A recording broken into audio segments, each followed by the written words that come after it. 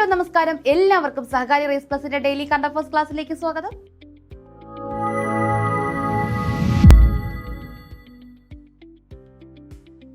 അപ്പൊ നമുക്ക് നോക്കാം ഇന്നറിയേണ്ടത് എന്തൊക്കെയാണെന്ന് നോക്കാം. ക്ലാസ്സിലേക്ക് കിടക്കാം. അഭിമാനവർണം. അപ്പൊ നമുക്ക് എല്ലാവർക്കും അറിയാം, നാളെ നമ്മുടെ രാജ്യം 79ാം സ്വാതന്ത്ര്യ ദിനം ആഘോഷിക്കുന്നു. എത്രാമതാണ്? 79ാമത് സ്വാതന്ത്ര്യ ദിനം. എല്ലാവർക്കും കൺഫ്യൂഷൻ ആയിട്ടുള്ള ഒരു ഫാക്ട് തന്നെയാണ് അതല്ലേ. 79 ആണോ ഇനി 78 ആണോ എന്നുള്ളത് നമ്മൾ സൈറ്റിലൊക്കെ ഒന്ന് സെർച്ച് ചെയ്ത് നോക്കിയാൽ നമുക്ക് മനസ്സിലാവും. അവരിങ്ങനെ ക്ലിയർ ആയിട്ട് പറഞ്ഞിട്ടുണ്ട്. ഇനി അങ്ങനെ ഒരു സംശയം വേണ്ട.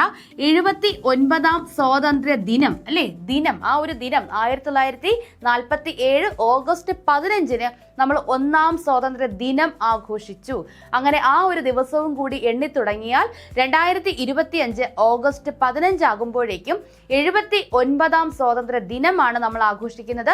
വാർഷികം ചോദിച്ചു കഴിഞ്ഞാൽ അത് 78 തന്നെയാണ്. അപ്പൊ ഇവിടെ നോക്കുക, എന്താണ് ഈ പറഞ്ഞിരിക്കുന്നത്? വെള്ളിയാഴ്ച 79ാം സ്വാതന്ത്ര്യ ദിനം ആഘോഷിക്കുന്നതിന്റെ ഭാഗമായി ചെന്നൈയിലെ മറൈൻ അക്വേറിയത്തിൽ ദേശീയ പതാകയുമായുള്ള സ്ക്യൂബ ഡൈവേഴ്സിന്റെ പ്രദർശനം കാണുന്ന കുട്ടികളെയാണ് ഈ കാണുന്നത്.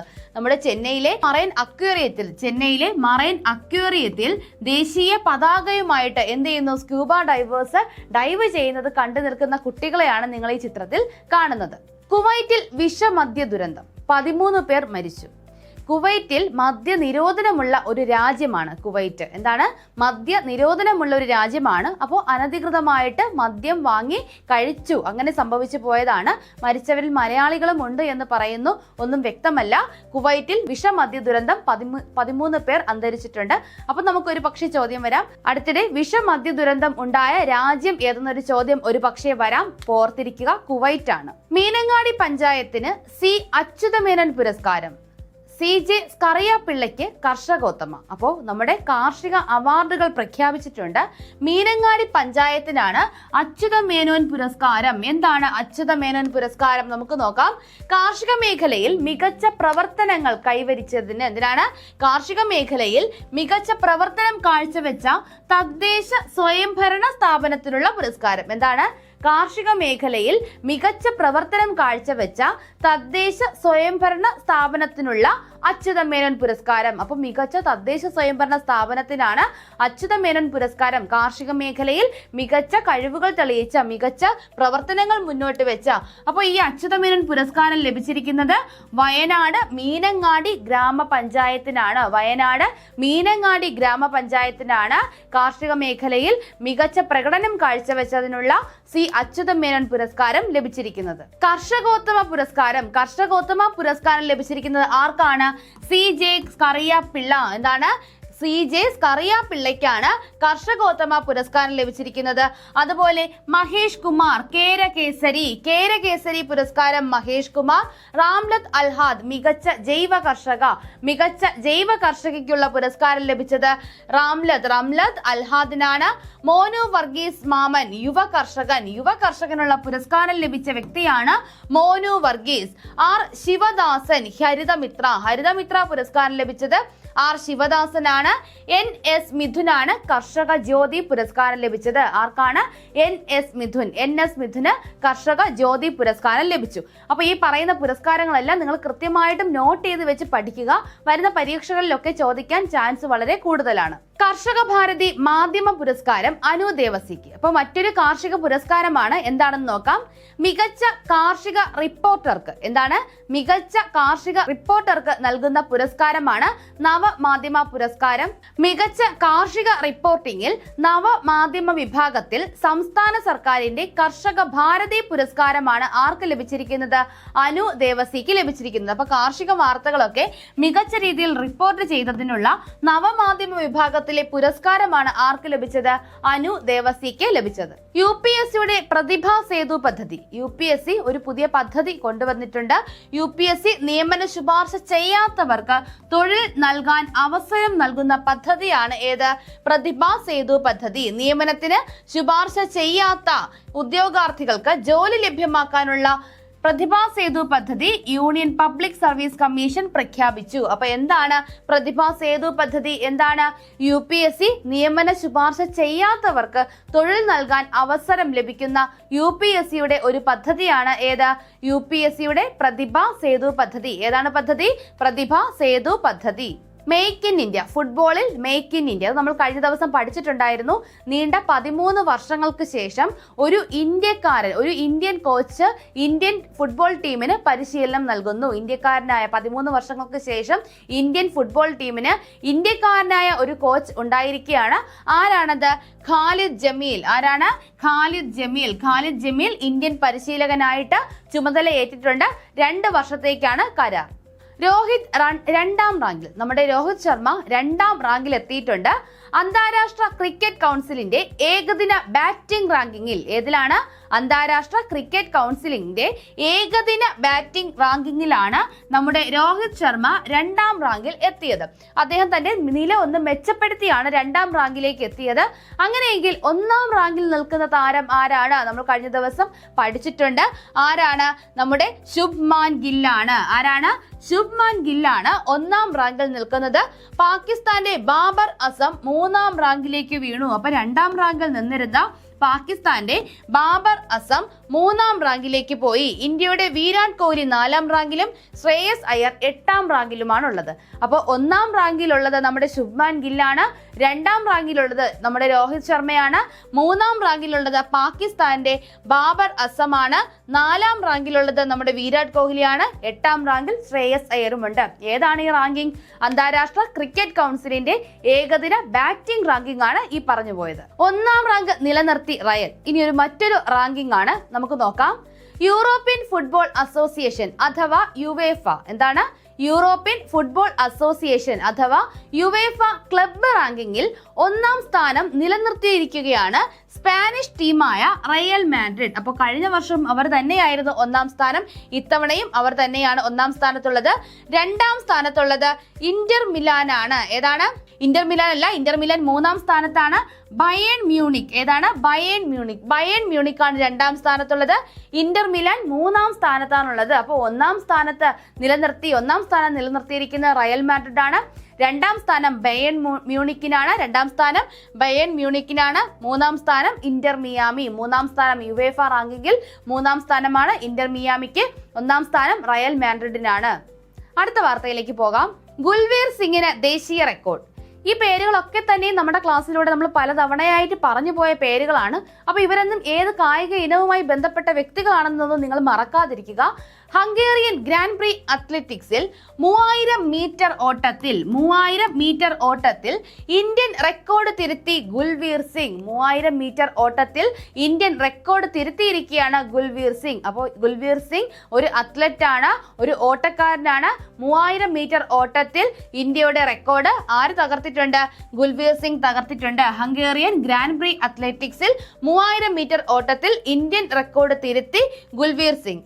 7 മിനിറ്റ് 34.49 സെക്കൻഡിലാണ് ഗുൽവീർ തന്റെ തന്നെ ദേശീയ റെക്കോർഡ് തകർത്തത്. അപ്പോൾ തന്റെ തന്നെ ദേശീയ റെക്കോർഡാണ് ആര് തകർത്തിരിക്കുന്നത്? ഗുൽവീർ സിംഗ് തകർത്തിരിക്കുന്നത്. നമ്മൾ കഴിഞ്ഞ ദിവസം ഡ്യൂപ്ലാന്റിസിന്റെ കാര്യം പറഞ്ഞല്ലേ, 13ാം തവണ പോൾ വാൾട്ടിൽ തന്റെ റെക്കോർഡ് ഡ്യൂപ്ലാന്റിസ് തിരുത്തിയിട്ടുണ്ട്. അപ്പോൾ അതുപോലെ ഗുൽവീർ സിംഗ് റെക്കോർഡ് ഇട്ട കാര്യവും നമ്മൾ കഴിഞ്ഞൊരു ക്ലാസ്സിൽ പഠിച്ചിട്ടുണ്ടായിരുന്നു. അതേ റെക്കോർഡ് തന്നെ മറ്റൊരു മീറ്റിൽ, ഹംഗേറിയൻ ഗ്രാൻഡ് പ്രീ മീറ്റിൽ ആര് തകർത്തു? ഗുൽവീർ സിംഗ് തന്നെ ഒന്നുകൂടെ പുതുക്കി. ഇനിയും ഇങ്ങനത്തെ സ്വന്തം തന്നെ റെക്കോർഡുകൾ തിരുത്തി എഴുതാൻ ഗുൽവീർ സിംഗിന് ആകട്ടെ എന്ന് നമുക്ക് പ്രാർത്ഥിക്കാം. അപ്പൊ നമുക്കിനി കുറച്ചധികം ആനുകാലിക വാർത്തകൾ നോക്കാം. ന്യൂ ഗ്ലെൻ റോക്കറ്റ് വിജയകരമായി വിക്ഷേപിച്ച കമ്പനി ഏത്? ഏതാണ് റോക്കറ്റ്?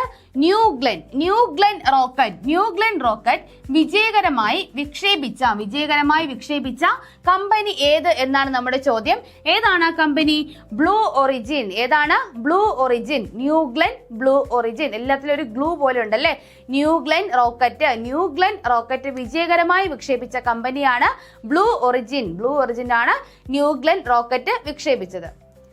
മിഷിബിക്കി 6 ഉപഗ്രഹം വഹിച്ചുകൊണ്ടുള്ള H3 റോക്കറ്റ് വിജയകരമായി വിക്ഷേപിച്ച രാജ്യം ഈ മിഷിബിക്കി എന്നൊക്കെ കേൾക്കുമ്പോൾ തന്നെ നമ്മുടെ മനസ്സിലേക്ക് ഒരു രാജ്യം കടന്നു വന്നിട്ടുണ്ടാകും അല്ലെ? അത് തന്നെയാണ് ഇവിടെ ഉത്തരമായി വരുന്നത്. മിഷിബിക്കി 6 ഉപഗ്രഹം വഹിച്ചുകൊണ്ടുള്ള H3 റോക്കറ്റ് വിജയകരമായി വിക്ഷേപിച്ച രാജ്യമാണ് ഏത്? ജപ്പാൻ. ഏതാണ് ആ രാജ്യം? ജപ്പാനാണ്. ബഹിരാകാശ ആപ്ലിക്കേഷനുകൾക്കായി ഐറിസ് ചിപ്പ് വികസിപ്പിക്കുന്നതിന് ISROയുമായി സഹകരിച്ച സ്ഥാപനം ഏത്? അപ്പൊ നമ്മുടെ ബഹിരാകാശ ആപ്ലിക്കേഷന് വേണ്ടിയിട്ട് ISROയും ഒരു സ്ഥാപനവും കൂടി ചേർന്ന് ഒരു ചിപ്പ് വികസിപ്പിച്ചിട്ടുണ്ട്. ഏതാണ് ആ ചിപ്പിന്റെ പേര്? ഐറിസ് എന്നാണ്.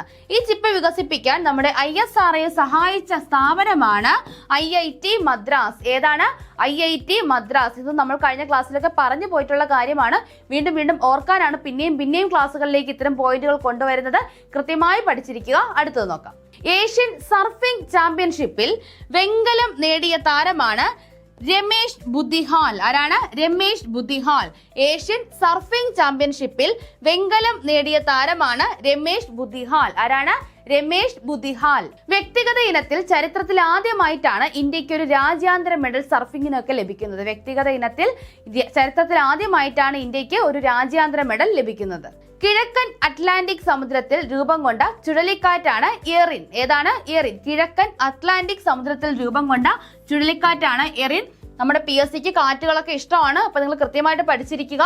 ആഫ്രിക്കയുടെ തീരത്തുള്ള കാബോ വെർഡെ ദ്വീപുകളിലാണ് ഇത് വീശിയത്. ആഫ്രിക്കയ്ക്ക് തീരത്തുള്ള കാബോ വെർഡെ ദ്വീപുകളിലാണ് എറിൻ ചുഴലിക്കാറ്റ് വീശിയത്.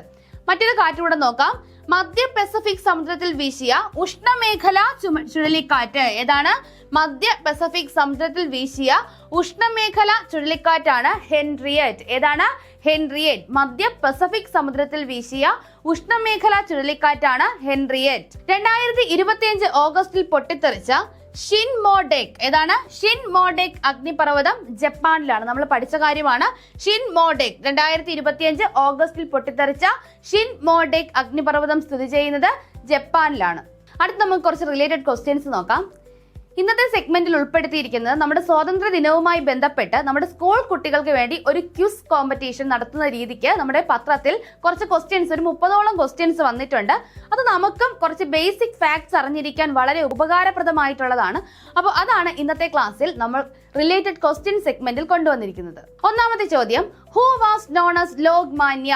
ലോക്മാന്യ എന്നറിയപ്പെടുന്നത് ആര്? നമ്മൾ പഠിക്കുന്നത് തന്നെ അങ്ങനെയാണല്ലേ. ലോക്മാന്യ ബാലഗംഗാധര തിലക്. ആരാണ് ലോക്മാന്യ എന്നറിയപ്പെടുന്നത്? Balagangadhara Tilak. Who gave the slogan do or dye? Do or die എന്ന ഒരു സ്ലോഗൻ തന്നത് ആരാണ്? ആരുടെ സംഭാവനയാണ് ഡു ഓർ ഡൈ? ആരുടേതാണ്? നമ്മുടെ മഹാത്മാഗാന്ധിയുടേതാണ് അല്ലേ. അപ്പോൾ ഡു ഓർ ഡൈ എന്ന സ്ലോഗൻ ആരുടേതാണ്? നമ്മുടെ മഹാത്മാഗാന്ധിയുടേതാണ്. Which movement did Mahatma Gandhi start in 1942? 1942 Mahatma Gandhi ആരംഭിച്ച മൂവ്മെന്റ് എന്താണ്?